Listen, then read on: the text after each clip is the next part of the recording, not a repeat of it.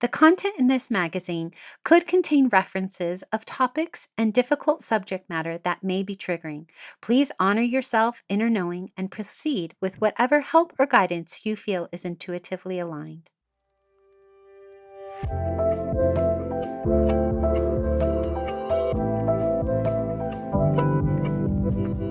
Welcome to Sovereign Magazine Podcast. I'm Nicole George, CEO and founder of Sovereign. I'm so happy you are here. We are the magazine, podcast, and community guiding 5 million women to their sovereign selves.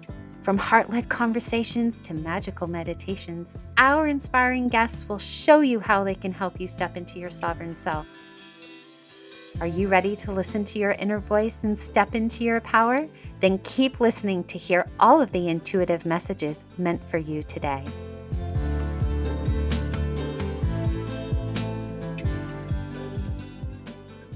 Hello, today I have the privilege of reconnecting with Jennifer Meyer, one of our amazing contributors. She is a licensed professional counselor with a deep passion for helping people navigate life's challenges, everything from relationships to personal growth and even divorce recovery. With nearly 50 years of life experience herself, she not only brings her own expertise from her field, but her personal life, and she's genuinely compassionate. She has a great sense of humor and gives a space of no judgment approach to her work. She's someone who truly does the work herself and creates a space where clients can show up as their real vulnerable selves. Welcome back, Jennifer. Thank you so much for having me, Nicole. I'm excited to have this conversation. Me too. So today we're talking about the need for change, which is our theme for the December full moon issue. And in your article, Surveying Your Inner Circle, you explore how the people closest to you can shape your life for better or for worse. So for those who haven't read your article yet, perhaps you can provide a little bit of a recap for us. Yes, absolutely. So in my article, I wrote about how important it is to have the people closest to us basically representing the same core values that we have, showing up, supporting, challenging sometimes in a gentle way if they need to, and really just bringing value to our lives. And the cost of not having that in our inner circle can be pretty high. And so think about if we're going through a difficult time and those closest to us are not supportive, or even worse, they're actually bringing negative to our lives. When we're going through something like that, it can be very detrimental to ourselves and also to our mental health. So it's very important to have people close to us that are kind, supportive, similar values, good challenging, all of those attributes. Very much so. And one of the things that I would love to kind of dive into today is so often I have asked myself, now, full transparency, I am a person who will try till the very end, but then once I've kind of decided it's over, like there's no going back and I feel like no guilt about it. So I call myself an avoider sometimes because like it's so easy for me to just disconnect from somebody if I've tried very hard. So I'm not the best person to ask this question of, but I'm going to ask you, why do you think people stay so long in unhealthy relationships? That is $1 million question. I love that question. So specifically when it comes to romantic relationships, a lot of times romantic relationships they include things like shared housing, shared families, shared friends, shared children, shared pets. There are a lot of things that keep us sometimes in those relationships, because to leave just the relationship also means a lot of loss in a lot of different categories. And so sometimes we try extra hard for longer than we should. Finances are also often wrapped up into that. And so that's the case for romantic relationships. Even for friendships, a lot of times, if it's a long-term friendship, we share so many things together in addition to friendship. And it's difficult. And especially for friendships, sometimes it's tough to know how to navigate conflict because that's not a typical piece of friendship. In romantic relationships, it's a little more common to have conflict to where we have to figure out how to work through that. And for friendship, it's just difficult to have that breakup conversation or to even deal with conflict. Yeah. What would you say would be like maybe your top 3 or 5 red flags for either romantic or friendships to kind of help somebody say to themselves, okay, I think this person in my inner circle might not be the healthiest relationship. So there might be that person who's wondering, or am I being too hard on them? Maybe my Mhm. expectations are too high. I've been told that many times. My expectations are too Mm. high. But now that my circle is really small, I'm like, that's not really true. Everybody around me is absolutely amazing and I can be my authentic self. So I know that that's not true anymore. Mm. But what would Right. be maybe even 1 or 2 red flags? Doesn't have to be 3 to 5. Sure. I would say the biggest thing, Nicole, is how do you feel after spending time with that person? So if you regularly come away from time with this person feeling drained, feeling like it was very lopsided, that person took up a big chunk of the conversation, to me, that's something that you really need to pay attention to. If your gut is telling you, you find yourself dreading communication or dreading time spent together, that's another really big one. So to trust yourself to me is number one. I would say number two, if you feel so, a lot of times too, when we're making a lot of changes ourselves, or if the other person is changing a lot or going through major life changes, it changes who we are, ideally. And sometimes as we're going through those changes, our core values shift. Sometimes we have friends for a period of time and it could change. So looking at do our core values still align? There are quite a few things. Does this person show up for me when I need them? When I'm struggling?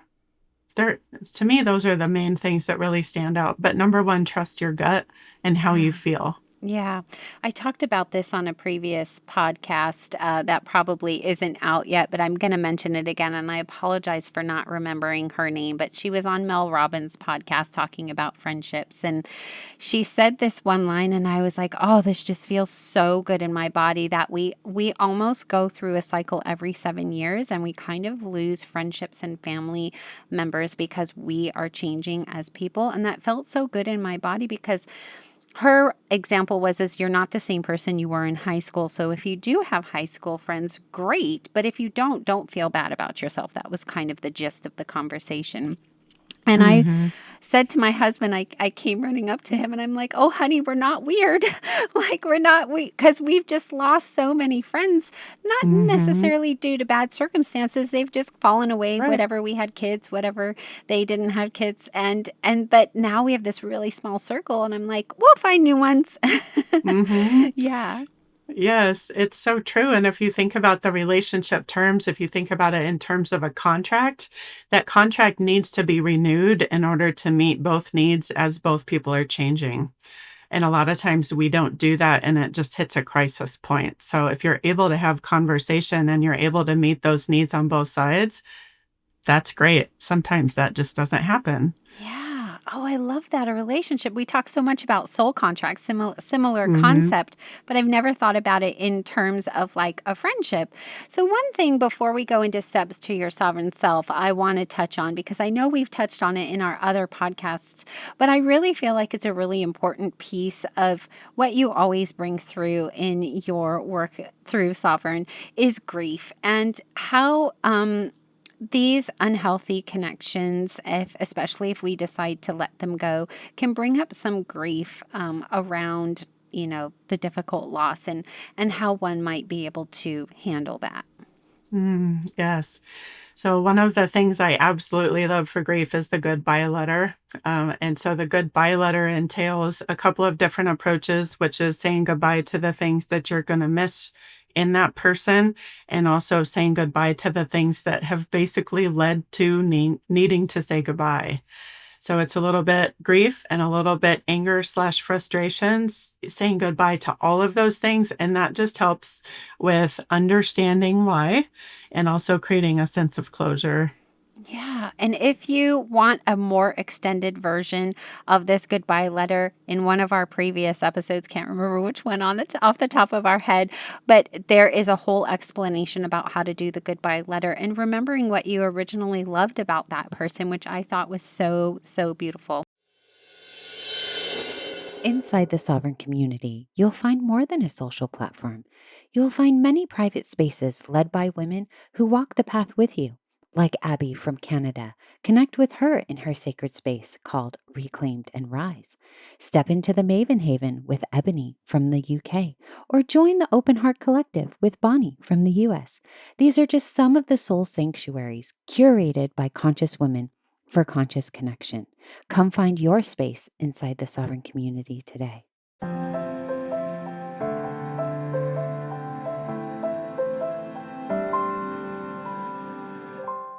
Well, let's go into steps to our sovereign self today because you're going to provide our listeners with 3 journal prompts that is related to how they can kind of do a check-in on their inner circle and the status that they have with those people, and maybe how to help them identify if they're in healthy or unhealthy relationships. So I'll let you take it away. Yeah, certainly. So as I shared earlier in the podcast, paying attention to some of those red flags is really important. And so running through those, paying attention to your gut and how you feel afterward, those are all really important. But there are a few things that you can do just to really get in touch with what's happening and why this is coming up for you. So there are 3 journal prompts that I want to share with listeners, which are: number 1, write out what needs were being met by this person early on. Okay, so we don't get into relationships with people where needs are not being met. Usually there's something that's being met early on. And so identify what that is. Second part is, how have my needs changed since then, or how has the relationship changed since the beginning? And so a lot of times this is where individual changes, like you were talking about the 7 years, and we're paying attention and we're growing and things are happening, external things are happening. So pay attention to that. Number 2, what has changed? And then the third piece of this is, what am I seeking now in a relationship? And how is that different from early on? And so this third piece really identifies what has changed and why. It kind of helps people understand and identify, why do I feel this way? Oh, okay, because my needs have changed. Or maybe that person's needs have changed. Right. And so spend some time on that. Mm-hmm. Yeah, and I think too, I'm just reflecting on one of my experiences with a family member that I needed to let go. And I'm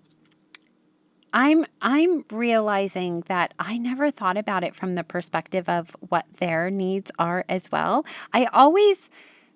I called it a mismatch, right? I was like, where we're at now, it's just a mismatch. You need one thing, I need a different thing, and you can't give me what I need. But I always thought about it from the perspective of what I needed, but I never thought about it from the perspective of what she needed. And I think that's really a beautiful way to look at it, because what you need is so important, and that has shifted potentially over time. And being able to voice that what you need is not what they need. And so therefore it might be a relief for them as well. Yes, absolutely. And we all go through different chapters where we have different needs.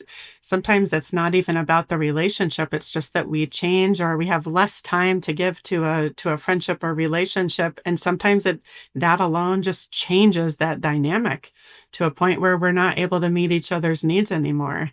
And I think it's beautiful if you can have that conversation with somebody and agree mutually for things to end. And unfortunately, it doesn't always work that way. Yeah. So it can be really tough. I think this whole reframe has been so beautiful for our listeners today. Wonderful. Thank you for sharing your perspective on it. Yeah, thank you so much for giving us these journal prompts. And for any woman out there who has, a desire to experience new, joyful, supportive relationships, Jennifer is always in our community.sovereign-magazine.com. All of her details of how to connect with her on socials will be in the show notes. She is a wonderful resource for anything related to relationships and grief and divorce and all of that. So definitely seek her out. All right, my lovely. See you on the next one. Sounds great. Thanks for listening. I'll be back tomorrow with another soul-led entrepreneur here to help you step into your sovereign self. Subscribe to our magazine and podcast and join our global community for all the magic. Details to connect with today's guest or join the movement are in the show notes.